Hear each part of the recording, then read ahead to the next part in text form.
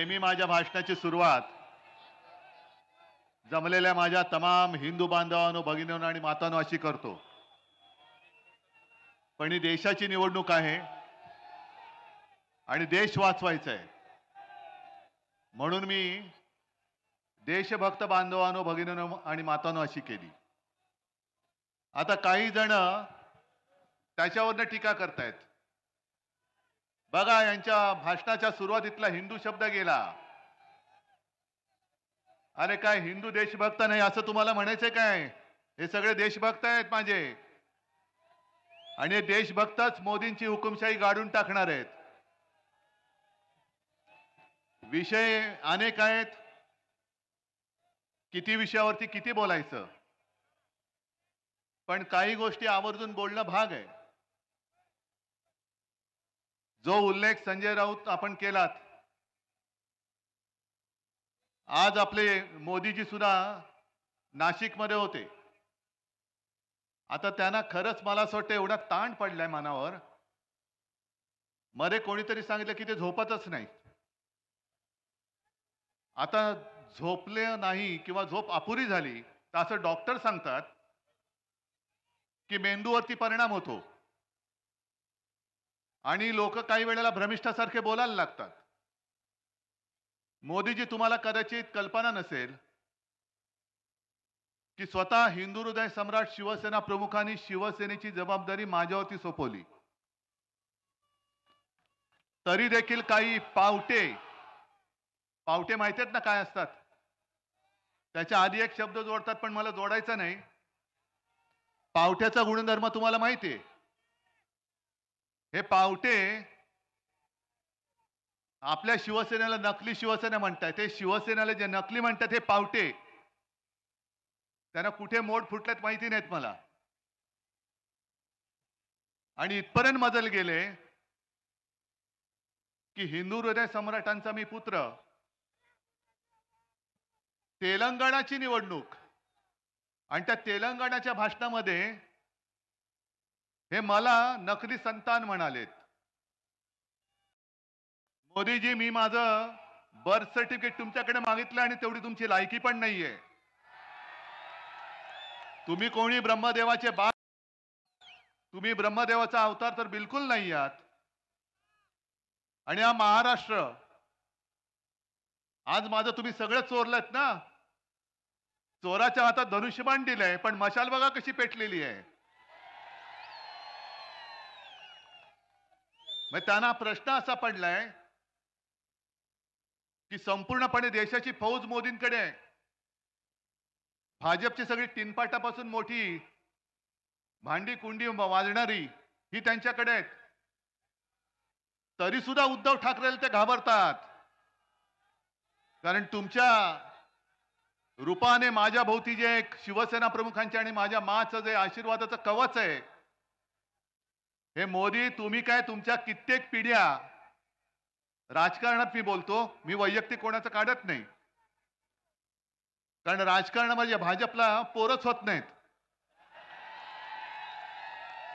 आणि म्हणून त्यांना सगळी नकली संतानं म्हणजे आपल्याकडचे सुद्धा गद्दार मांडीवरती घ्यावे लागलेत. सगळे म्हणजे एका बाजूला भ्रष्टाचाराचे आरोप करायचे. 70,000 कोटीचा उपमुख्यमंत्री, तर मुख्यमंत्री कितीचा असेल? हे सगळे नकली संतानं तुम्ही, कारण तुम्हाला मोदीजी राजकारणामध्ये पोरच होत नाही. आणि म्हणून आणखीन एक त्यांनी एक नकली संतान मांडीवरती घेतलं, ते तर फारच निघालं वाह्यात. प्रफुल्ल पटेल. आज मोदीजी आले होते, माझ्या समोर सगळे बसलेत, गांधी टोपी घातलेले शेतकरी दादा आहेत बहुतेक, हो ना रे? मी काल महाराजांचा जिरेटोप, आज माझ्या शेतकऱ्याची गांधी टोपी. रोज टोप्या बदलणारा माणूस हा देशाचा पंतप्रधान पाहिजे तुम्हाला? आणि प्रफुल्ल पटेलना सांगतोय की पटेल, तुम्ही वाटेल त्याच्या डोक्यात माझ्या महाराजांचा जिरेटोप घालू नका. जरी तुम्ही प्रफुल्ल पटेल असलात तरी महाराष्ट्र तुम्हाला आपटेल. आणि कोणाच्या डोक्यावरती ठेवता तुम्ही? मोदींच्या. काय पात्रता काय त्यांची माझ्या महाराजांच्या बरोबरी करायची?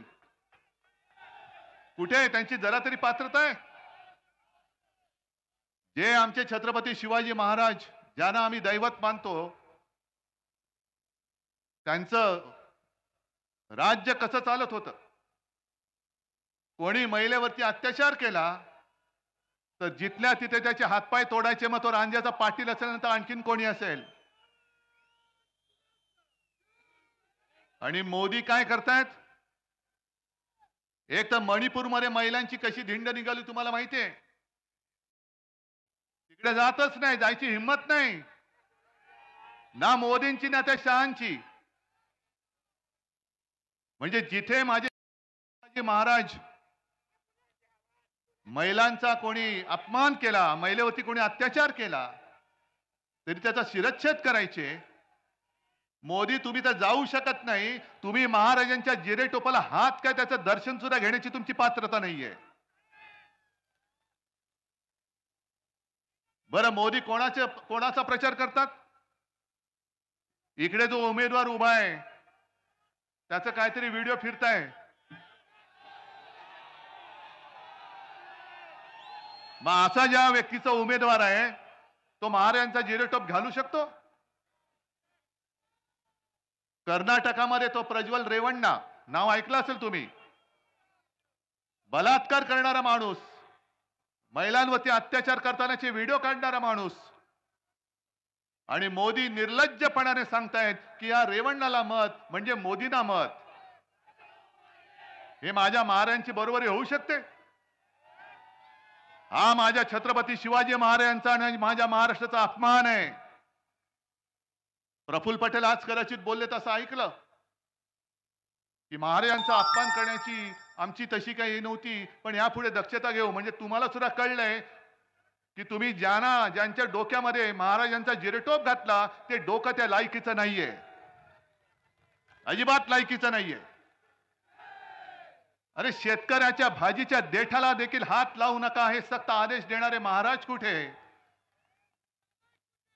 आणि नाशिक मध्ये येऊन कांदा उत्पादक शेतकऱ्यांना अडकून ठेवणाऱ्यांचे नतद्रष्ट सरकार कुठे. आज इकडे कांदा उत्पादक शेतकरी आलेत का रे. अहो पोलिसांना मी विचारतो यांना का नाही अडवलात. हे कसे आले माझ्या समेत.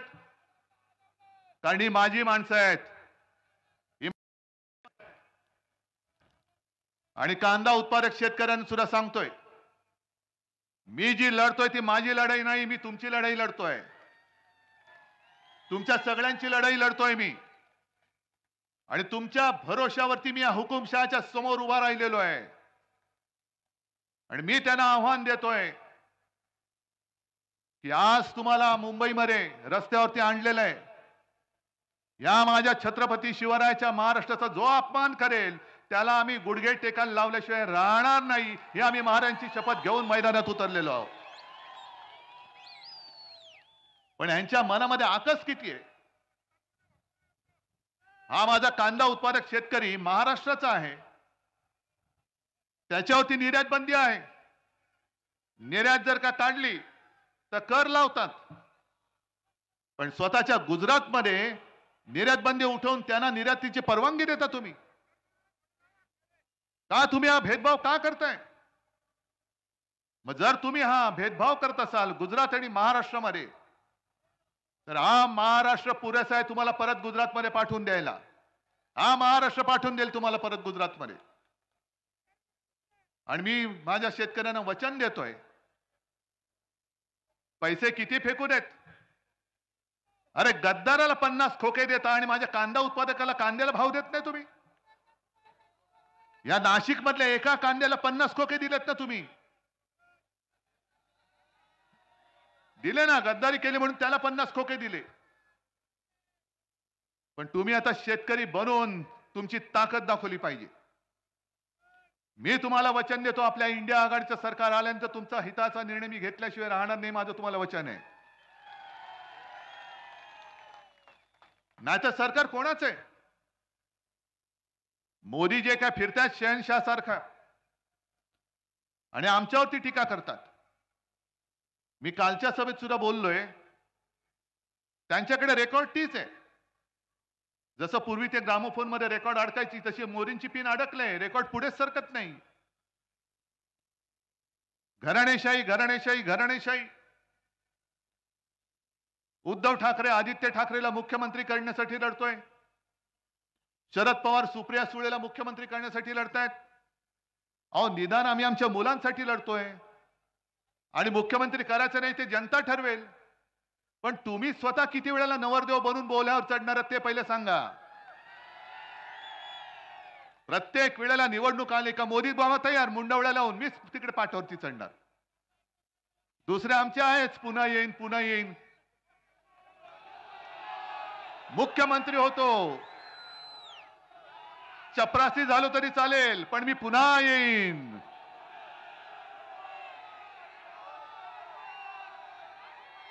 मग हे तुम्हाला पटतंय? मग आमच्याकडे तुम्ही बोट दाखवता काय आम्ही घराणेशाही केली. आणि मला तर मोदींना मी आज जाहीर आव्हानच देतोय परत देतोय. मोदी तुम्ही वंशावळ घेऊन या. गेल्या 7 पिढ्यांची मी माझी घेऊन येतो.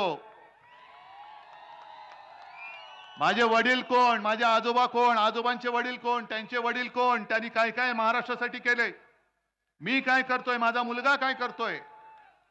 मोदीजी तुम्ही तुमची वंशावळ घेऊन या आणि दाखवा एकदा खरी काहीतरी दाखवा. नकली डिग्री सारखी नकली वंशावळ घेऊन येऊ नका. कधीतरी सांगता तुम्ही रेल्वे स्टेशनवरती चहा विकत होतात. कधीतरी सांगता हिमालयामध्ये गेलो होतो. कधीतरी सांगता बांगलादेशच्या स्वातंत्र्य युद्धात होते. वाटेल ते जे तोंडात येईल ते थापा मारतायत.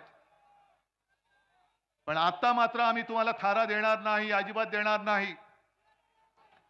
कारण गेल्या 2 वेळेला 14 आणि 19ला आमचीच चूक होती. आणि मी त्याच्यासाठी पूर्ण महाराष्ट्राची माफी मागतोय, तुमची सुद्धा मागतो.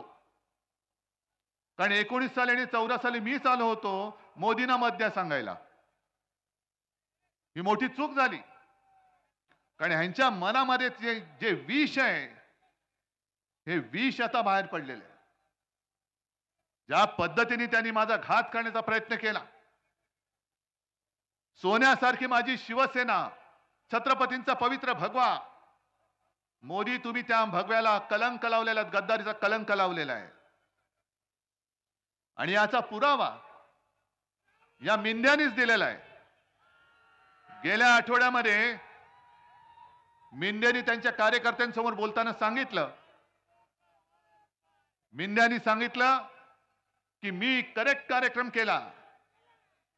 आणि मग मोदी आणि शहाना सांगितलं मी माझं काम केलंय, आता पुढचं काम तुम्ही करा. आणि मग मोदीजी आणि शहाजींनी खरी शिवसेना आणि धनुष्यबाण हा आपल्याला दिला. म्हणजे तुमची लायकी नाही. या गद्दारीच्या कटाचे सूत्रधारे मोदी आणि शहा आहेत. हे डोकं न खाजवता दाढी खाजवून बोलल्यामुळे मिंदे खरं बोलून गेलेत.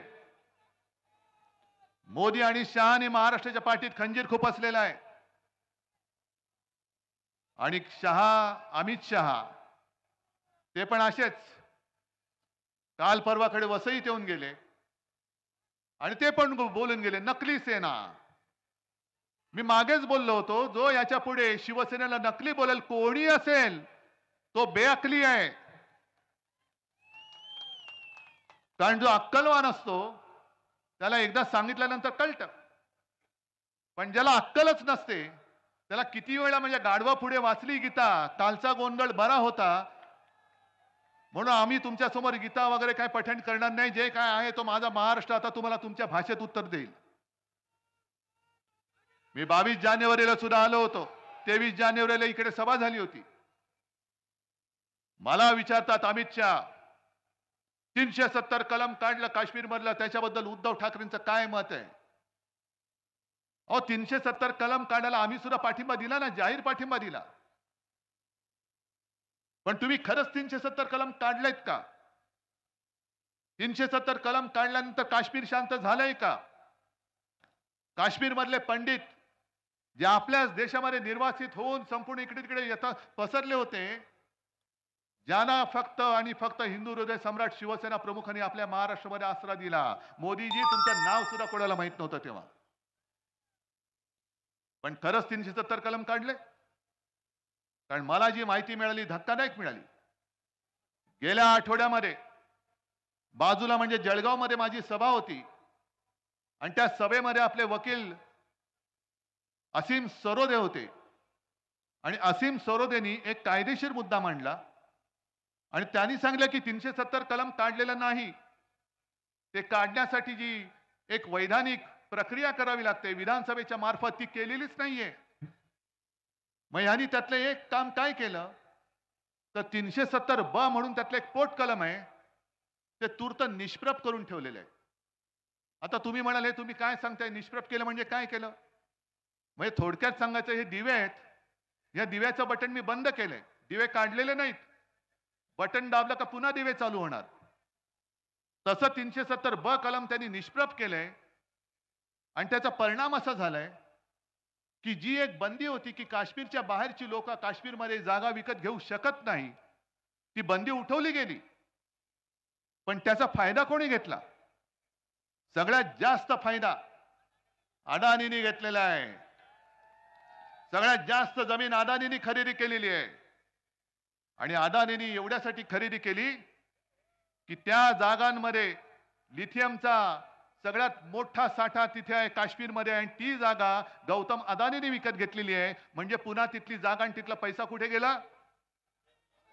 मोदी आणि गुजरात. आणि या लिथियमचा उपयोग आपल्या मोबाईलच्या सेल पासून अगदी हार्टमध्ये जरी काही उपकरणं असतात तिथपासून अगदी जी इलेक्ट्रिक व्हेकल येतात त्यांच्या बॅटऱ्या बनवण्यासाठी या लिथियमचा उपयोग केला जातो. मग तुम्ही काय सांगताय की देश भावनेमुळे देशासाठी आम्ही 370 कलम काढलं? नाही काढलं, तुम्ही अदानीसाठी काढलेलं आहे. आणि संशय येऊ नये म्हणून अचानक मोदी अदानी आणि अंबानी बद्दल बोलले.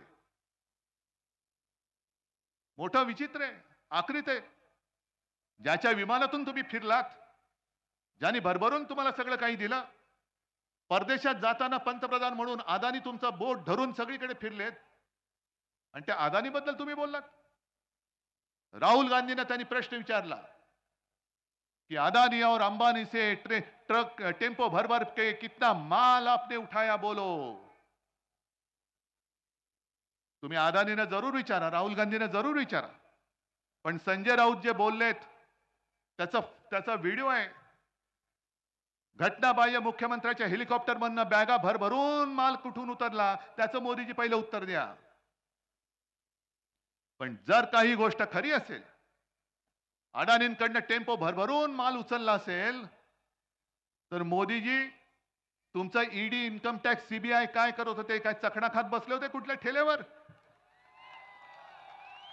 काय चुना मळत का तंबाखू मळत बसले होते? मशिरी करत बसले होते?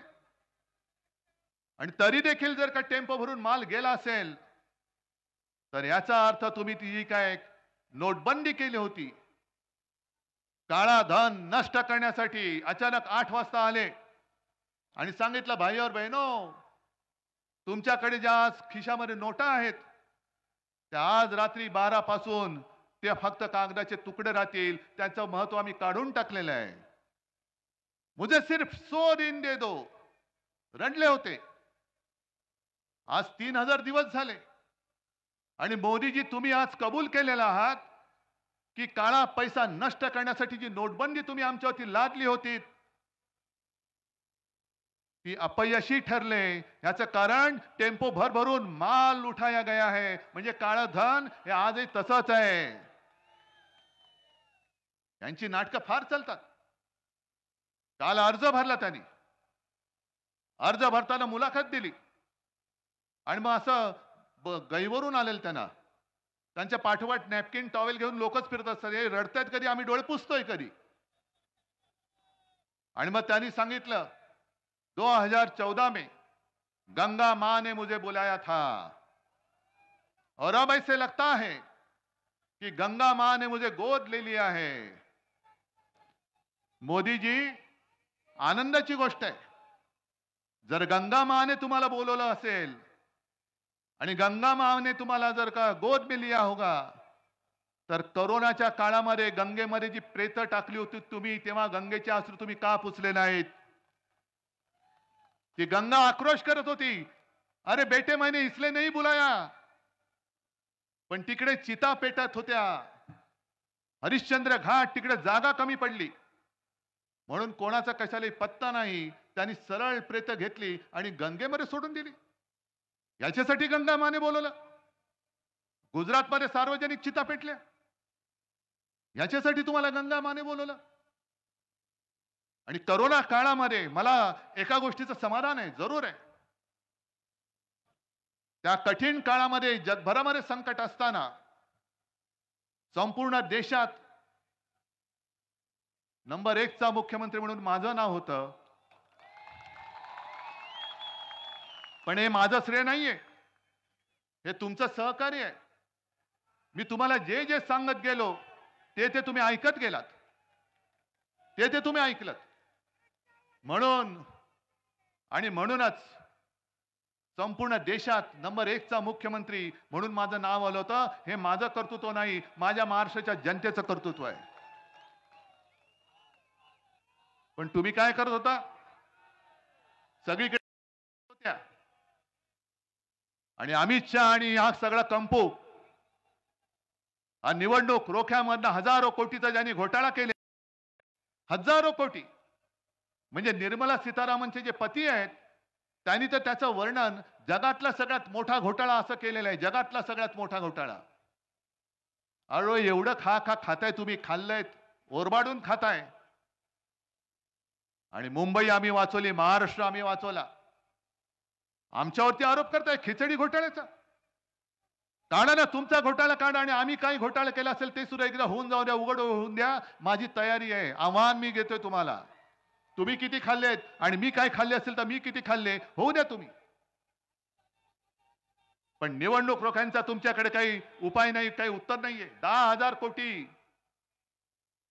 सगळ्यात मोठा घोटाळा तो पचवता तुम्ही आणि पचलायचं वाटतं तुम्हाला.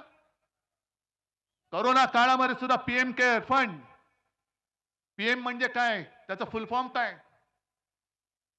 काय उगाच काहीतरी नाव, दुसरी काय अक्षरं नव्हती म्हणून पीएम केअर केलं तुम्ही?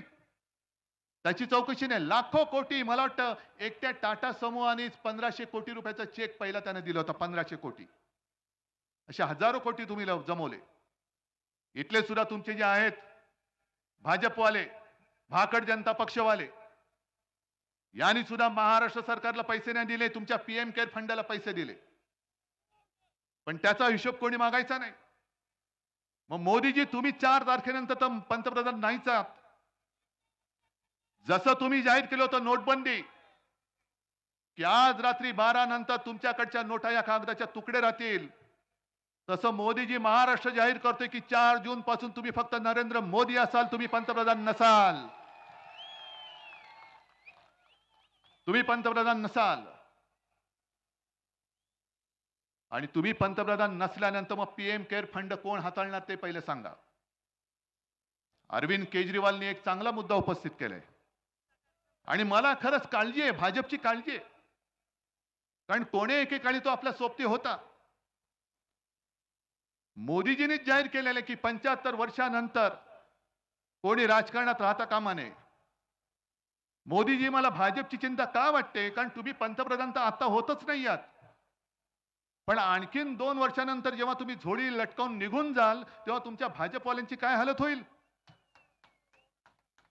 म्हणजे तुम्ही आज जे बोललात की नकली सेना आणि राष्ट्रवादी, नकली राष्ट्रवादी ही काँग्रेसमध्ये विलीन होईल.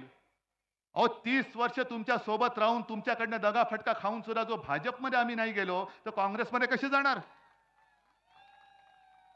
पण माझी मला चिंता नाहीये. माझ्यासोबत हे जोपर्यंत जमलेले आहेत माझ्या आशीर्वादाचे सगळं कवच, तोपर्यंत माझ्या शिवसेनेला कोणापासूनही धोका नाहीये. पण मोदीजी, तुम्ही तुमच्या भाजपाची चिंता करा. ज्या वेळेला तुम्ही आम्हाला विचारता इंडिया आघाडीकडे चेहरे किती आहेत, दरवर्षी एक आम्ही पंतप्रधान देऊ. अहो निदान आमच्याकडे चेहरे आहेत, तुमच्याकडे तर चेहराच नाहीये. तुम्ही आता पंतप्रधान नसाल आणि 2 वर्षानंतर भाजपची हालत काय होईल ती बघा. 5 तारखेलाच अर्धा अधिक भाजपा फुटल्याशिवाय राहणार नाही. ते तर जाणारच ज्यूस. हे सगळे तुम्ही जे काय गद्दार जमवलेले आहेत, ईडी, इन्कम टॅक्स, सीबीआय, कंठा यंत्रणा आमच्या हातामध्ये असतील. जे उंदीर तुमच्याकडे पळालेत त्यांच्या बरोबर कशा शेपट्या पकडतो ते बघा आम्ही. त्याच्यामुळे मोदीजी तुम्ही माझ्या शिवसेनेची काळजी करू नका. आई जगदंबा आणि आई भवानी समर्थ आहे. पण तुम्ही तुमच्या भाजपाची चिंता करा.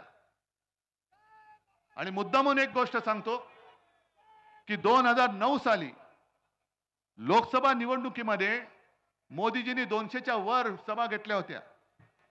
आणि नंतर मला भाजपवाले सांगत होते की काय करावं, जिथे जिथे यांना नेलं तिकडे आमचा सुपडा साफ झाला. त्याच्यामुळे मोदीजी अजून 2 दिवस राहिलेत. माझ्या नाशिक शहरामध्ये सुद्धा येऊन जा, सगळीकडे फिरा, म्हणजे सगळीकडे तुमचा सुपडा साफ होऊन जाईल.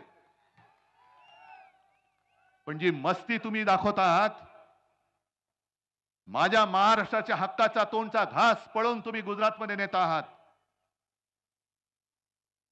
काय गुन्हा काय केला हे एकदा सांगा ना. मी मगाशी जे तुम्हाला सांगत होतो की गेल्या 2 वेळेला महाराष्ट्राने भरभरून 40च्या वरती खासदार तुम्हाला दिले. महाराष्ट्राने तुमच्यावरती उपकार केले आणि त्या उपकाराची फेड तुम्ही अशी अपकाराने करता. आज तुम्ही जसं दारोदारी फिरताय, मत मागायला, मताची भीक मागायला फिरतात. तुम्ही सगळे, तुमच्या सोबत सगळी सेना, एअरफोर्सची विमानं, हेलिकॉप्टर्स, फक्त रणगाडे बाकी आहेत आता. आणि ते सुद्धा माझ्या शेतकऱ्यांना तुम्ही डांबून ठेवता, माझ्या शिवसैनिकांना अडकून ठेवता. मग एवढं सगळं असून तुम्हाला मतांची भीक मागावी लागते. आणि मग तुम्ही विचार करा, तुम्ही जी गेली 10 वर्ष माझ्या या महाराष्ट्राला फसवलं, संपूर्ण देशाला फसवलं. 2 कोटी लोकांना आम्ही रोजगार देऊ, एकाला तरी रोजगार मिळालाय? आणि हे सगळे सुशिक्षित आहेत, काही शिकलेले नसतील. पण तुम्ही जसे फिरतायत तसे हे नाही फिरू शकत. यांच्याकडे बुलेट प्रूफ सोडा, यांच्याकडे सायकल सुद्धा नसेल कदाचित. हे नोकरीसाठी वणवण फिरतायत, दारोदारी हिंडतायत, त्यांचे जोडे जिसतायत. तुम्हाला मत दिल्यानंतर यांना असं वाटलं होतं की आपल्याला आता नोकरी मिळेल, कोणी नोकरीला उभं करत नाही. उलट तुमचे जे काही सगळे गुजराती नाही, पण काही मोजके जे शेफारलेले आहेत, ते सरळ जाहिरातीत सांगतात मराठी माणसाला इकडे प्रवेश नाही. ही मस्ती महाराष्ट्राने सहन करायची? या सगळ्या दमदाट्या आम्ही आमच्या घरामध्ये सहन करायच्या? अरे घेऊन जा ना, जसे आमचे उद्योग नेले तसे मस्तवाल जे तुमचे आहेत चमचे, त्यांना सुद्धा घेऊन जा तिकडे. आणि प्रफुल्ल पटेलला मी सुद्धा सांगतोय की छत्रपतींनी सुरत लुटली होती स्वराज्यासाठी, आणि सुरतेचे 2 बोके छत्रपतींचा महाराष्ट्र लुटतायत. आम्ही तर त्यांना मत काही किंमत पण देत नाही. पण प्रफुल्ल पटेल, तुम्हाला महाराजांचा इतिहास शिकावा लागेल. आणि मोदीजींना सांगतोय की तुम्ही बाळासाहेब बाळासाहेब बोलताय, एक तर तुम्ही हिंदू हृदय सम्राट बोलायला शिका. कारण या देशात एकमेव हिंदू हृदय सम्राट झाले ते म्हणजे आपले शिवसेना प्रमुख बाळासाहेब ठाकरे. हे तुमच्यासारखे नकली विश्वगुरू नव्हते, तुमच्यासारखे नकली डिग्री घेऊन फिरणारे नव्हते. पण जो मी शिवसेनेचा वचननामा दिलेला आहे, त्या वचननाम्यामध्ये मी जी काही वचनं दिलेत, त्यातलं पहिलं वचन मी शिवरायाची शपथ घेऊन सांगतो की इंडिया आघाडीचं सरकार देशात आल्यानंतर या 2 लुटारूंनी जो माझा महाराष्ट्राचं वैभव लुटलेलं आहे, ते वैभव मी माझ्या महाराष्ट्राला पुन्हा प्राप्त करून दिल्याशिवाय राहणार नाही. शेतकऱ्यांना सुद्धा सांगतोय, कारण मी करून दाखवलेलं आहे. मी हवेत गोष्टी करत नाही. मी मुख्यमंत्री होतो तेव्हा पहिल्या अधिवेशनामध्ये माझ्या शेतकरी दादाला 2 लाखापर्यंत पीक कर्ज मी मुक्त करून दाखवलेलं आहे. आणि 5 वर्ष जर का मला मिळाली असती तर कदाचित या शेवटच्या वर्षी सुद्धा मी शेतकऱ्याला कर्जमुक्त केलं असतं. पण शेतकऱ्यांनो, तुम्हाला तुमचा हमी भाव काढा ना. तुम्ही महाराष्ट्रामध्ये इतरत्र सगळीकडे विचारा, कुठे कुठे जे जे पीक येतं, कापूस येतो, सोयाबीन येतं, तूर असेल, आणखीन काय असेल, महाविकास आघाडीच्या वेळेला काय भाव मिळत होता आणि आज किती मिळतोय, काढा तुम्ही. अरे सारी महानंदा डेअरी आपली ती यांनी गुजरातच्या घशात घातली. हे लाचार, हे बाळासाहेबांचे विचार. सगळे जे काही आहे महाराष्ट्राचं ते देऊन टाक गुजरातला, पण यांची चाकरी करत राहा. हे शेळपट नेबळट हे बाळासाहेबांचे विचार पुढे नेऊ नाही शकत. डेअरी दिली ती दिलेच, वरती 250 कोटी रुपये दिले. अंगणवाडी सेविकांच्या मानधनामध्ये काही वाढ नाहीये. 74,000 आशा सेविका यांना गेल्या 3-4 महिन्यापासून मानधन मिळत नाही, कारण केंद्राचा हिस्सा मिळत नाहीये. मोफत उपचारासाठी जे काही दवाखाने उघडले होते, होतेच मोफत उपचार. मग काय, नोकरी मिळत नाहीये, शेतकऱ्याला हमी भाव मिळत नाहीये, पीक विमा मिळत नाहीये, शिक्षण मिळत नाहीये, आरोग्याची सुविधा नाहीये, जनधन योजना. बरं, ती आणखीन एक काहीतरी योजना आहे, प्रधानमंत्री सन्मान योजना. शेतकऱ्याच्या खात्यात 6,000 रुपये देणार. मिळाले असतील तुम्हाला? मिळालेत ना? नाही, काही जणांना मिळालेत, पण ज्यांना मिळालेत त्या एका शेतकऱ्याचं बोलकं आहे, प्रतिक्रिया बोलकी आहे. त्याला विचारलं की तुम्हाला 6,000 मिळाले का? हो मिळाले.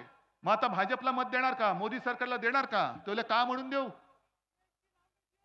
आम्ही खत घेतो, त्या खतावरती 18% जीएसटी, आता थोडी कमी केले वाटतं. बी बियाण्यावरती जीएसटी, कीटकनाशकावरती जीएसटी, ट्रॅक्टरचं जे कर्ज आहे त्याच्यावरती व्याजदर जास्त आहे आणि गाड्यांवरचा व्याजदर कमी आहे. म्हणजे शेततळ्यावरचं प्लास्टिक आहे त्याच्यावरती जीएसटी, कृषी पंप घेतला जीएसटी. मग हा एवढा सगळा हजारो रुपये तुम्ही घ्यायचे आणि आम्हाला 6,000 रुपये वर्षाला भीक म्हणून देताय? द्यायचं मत? म्हणजे तुम्हाला पिळून काढायचं, लुटायचं आणि वरती सांगायचं 6,000 रुपये देतो. पण घेतात किती? समजा 1 लाखाचं खत तुम्हाला लागत असेल, त्याच्यावरती 18% होते, 18,000 गेले आणि वरती दिले 6,000, म्हणजे 12,000 खतातच गेले. म्हणून मी तुम्हाला वचन देतोय, जे जे तुम्हाला उपकरणं, बी बियाणं, कीटकनाशक लागेल, इंडिया आघाडीचं सरकार केंद्रात आल्यानंतर तुमच्या सगळ्या याच्यावरचं मी जीएसटी रद्द केल्याशिवाय राहणार नाही. इकडे व्यापारी सुद्धा असतील गुजराती. आमची तुमची काही दुश्मनी नाहीये. आमची दुश्मनी महाराष्ट्राच्या लुटारूंशी आहे, तुमच्याशी नाहीये. आणि इंडिया आघाडीचं सरकार आल्यानंतर जे गुजरातच्या हक्काचं असेल ते आम्ही जरूर देऊ, पण महाराष्ट्राचं ओरबाडून तुम्ही नेणार असाल तर तो तुमचा महायुतीचा महाराष्ट्र ओरबाडणारा हात आम्ही इथल्या इथे कापून टाकल्याशिवाय राहणार नाही. हे व्यापारी सुद्धा पिडले जात आहेत. जीएसटी मध्ये जरा इकडे तिकडे कुठे काही झालं की लगेच उचलतात आणि टाकून देतात तुरुंगात. काही जणांना नोटिसा देतात आणि मग काय, चंदा दो आणि धंदा लो. जे निवडणूक रोख्यांच्या बाबतीत केलं, अनेक अशा कंपन्या ज्यांच्यावरती धाडी टाकल्या आणि त्यांनी निवडणूक रोखे दिल्यानंतर क्लीन चिट, जसं अजितदादाला केलं, अशोक चव्हाणांना केलं, सगळ्यांनाच करतायत. म्हणजे मोदी गॅरंटी काय आहे कि आप भ्रष्टाचार करो और भाजपा में आ जाओ, क्लीन चिट मेरी गॅरंटी आहे. आणि मी काही जणांना बोलतोय सभेमध्ये, लोकांना पटतंय. म्हणजे यांचे जे काही चेले चपाटे आहेत, हे पूर्वी किंवा आता सुद्धा आपल्याकडे गल्लीबोळामध्ये घंटा गाडी येते ना, कचरा क्लीन करायला येते की नाही? कचरा गाडी येते ना, कचरा करायला, गोळा करायला. तशी भाजपची गाडी फिरते. कोण भ्रष्टाचारी आहेत, घ्या इकडे घ्या. मग सगळे एकत्र करून घेऊन जातात. मग त्यांना विचारतात, हा क्या है बोलो, इसका कितना घोटाला है? इसका 5 करोड़ का है. चल लात मारून हाकलून दे, 5 कोटीचा काय घोटाळा है? इसका कितना है? इसका भाई 50 कोटी का है, जरा थोड़ा बाजू में रखो. इसका कितना है? 100 कोटी, थोड़ा इधर लो. इसका कितना है? 70,000. अरे इसको तो उपमुख्यमंत्री बनाओ. म्हणजे तुम्ही भ्रष्टाचार मुक्त भारत करायला निघाला होतात. मोदीजी, तुम्ही भ्रष्टाचार मुक्त सगळे विरोधी पक्ष करून टाकले. काय पाळी आली तुमच्यावरती? जी शिवसेना तुम्हाला संकट काळामध्ये हातात तेजस्वी भगवा घेऊन तुमच्या बरोबरीने उभी राहिली होती, त्या शिवसेनेला संपवण्यासाठी तुम्हाला एवढी सगळी यातायात करावी लागते आणि ते कमी पडतंय. म्हणून भ्रष्टाचारांची फौज घेऊन तुम्ही आमच्या अंगावरती येताय. ठीक आहे, या, जरूर या. पण आम्ही जे शिवाजी महाराजांकडून शिकलोय की समोरून कोणी प्रेमाने आलिंगन दिलं तर आम्ही प्रेमाने आलिंगन देऊ, पण जर पाठीत कोणी वार केला तर आम्ही वाघ नख काढल्याशिवाय राहत नाही. आणि ती माझ्या महाराष्ट्राची वाघ नख आज माझ्या बाहेर काढलेली आहे. तुम्ही महाराष्ट्राच्या पाठीमध्ये वार केलेला आहात. सगळं देऊन सुद्धा तुम्ही माझ्या उद्धव ठाकरेच्या नाही, शिवसेनेच्या नाही, तर महाराष्ट्राच्या पाठीत वार केल्या. तुम्ही महाराष्ट्राची अस्मिता जपणारी शिवसेना फोडण्याचं पाप केलेलं आहात. ज्या वेळेला अटल बिहारी वाजपेयी तुम्हाला केराच्या टोपलीत टाकायला निघाले होते, तेव्हा जर का हिंदू हृदय सम्राट तुमच्या पाठी उभे राहिले नसते, तर मोदीजी तुमचं नाव हिंदुस्थानच्या राजकीय क्षितिजावरती दिसलं नसतं, ते केव्हाच पुसलं गेलं असतं. त्या बाळासाहेबांच्या आशीर्वादाच्या पाठीत तुम्ही वार केलेला आहात. काय म्हणत असतील आज अटलजी, काय म्हणत असतील? आणि 75 वर्षाची निवृत्ती ही फक्त काय अडवाणी, मुरली मनोहर जोशी आणि तुम्हाला नको ती माणसं त्यांच्यासाठी? कारण अमित शहा म्हणाले की मोदींचं वय बोलायचंच नाही. हा कोणता न्याय? त्याच्यामुळे आज पहिल्यांदा मोदींनी सांगितलं पाहिजे की 75 वर्षानंतर ते राहणार आहेत की नाहीत राजकारणामध्ये. 4 जून नंतर तर त्यांचं पंतप्रधान पद संपत आहे, संपवणार आहात की नाही? आणि राजा भाऊ सारखा उमेदवार तुम्हाला मान्य आहे की नाही? मगाशी बडगुजर म्हणाले समोरच्याची काहीतरी व्हिडिओ क्लिप फिरते, पाहिले का तुम्ही? काहीतरी बघण्यासारखी असणार, मला पण बघायला लागेल. मी राजा भाऊंची एक क्लिप पाहिले, तुम्ही पाहिले? इंग्रजीमध्ये उत्तम बोलताना पाहिले की नाही? आणि एक साधा सुधा माणूस आहे, साधा सुधा माणूस आहे, शब्दाला जागणारा माणूस आहे. आणि मला स्वतःला खात्री आहे, मी नेहमी एक बघत असतो की संकट काळामध्ये सोबत कोण राहतं. कारण ते एक हिंदीमध्ये असं म्हणतात, सुख में जो साथ देते हैं वो रिश्ते होते हैं, लेकिन दुख में जो साथ देते हैं वो फरिश्ते होते हैं. तुम्ही सगळे फरिश्ते आहात. आणि राजाभाऊंचा विजय मला नुसता राजाभाऊ वाजे विजय असं नकोय, प्रचंड झाला पाहिजे. गद्दाराचं डिपॉझिट जप्त करून झाला पाहिजे. कारण मी या सगळ्या गद्दारीचा सूड उगवण्यासाठी उभा आहे. हेच गद्दार मला येऊन सांगून गेले होते की उद्धवजी 2019 साली आपण जी लोकसभा जिंकलो ते मोदींचा फोटो लावून जिंकलो. मग त्या गद्दारांना मला विचारायचे की जर 2019 ची निवडणूक आम्ही मोदींचा फोटो लावून जिंकलो होतो, तर आज मोदींना माझ्या वडिलांना चोरून त्यांचा फोटो लावून का मतं मागावी लागतायत? याचं कारण मोदी नावाचं नाणं या महाराष्ट्रामध्ये चालत नाही. जसं तुम्ही नोटबंदी केली तशी महाराष्ट्राने तुमची नाणेबंदी केलेली आहे. फक्त एक लक्षात घ्या, कारण वर्षानुवर्ष एक निशाणी आपल्या डोक्यात बसली होती आणि बरोबर त्यांनी डाव टाकला. हे भेकड आहेत, भाकड आहेत, चोर आहेत, बोगस आहेत. याचं कारण यांच्याकडे कोणी आपल्यासाठी लढणाऱ्या या मैदानात उतरवला कोणी मर्दच नाहीये. गद्दारानं उतरवलंय आपल्या समोर. आणि तुमचा गोंधळ होण्यासाठी आपलीच निशाणी चोरून त्यांना दिलेली आहे. पण आता आपली निशाणी काय? घरोघरी घेऊन गेलायत. पण मतदान करताना एक लक्षात घ्या, नुसता आवाज आला म्हणजे निघायचं नाही. मशाली समोरचं बोट दाबल्यानंतर मशाली समोरचा दिवा लागतोय की नाही बघायचा. तो दिवा लागल्यानंतर निघायचं नाही. त्या व्हीव्हीपॅट मशीन मध्ये ती स्लिप आली की नाही, त्याच्यावर मशाल दिसते की नाही बघायचं.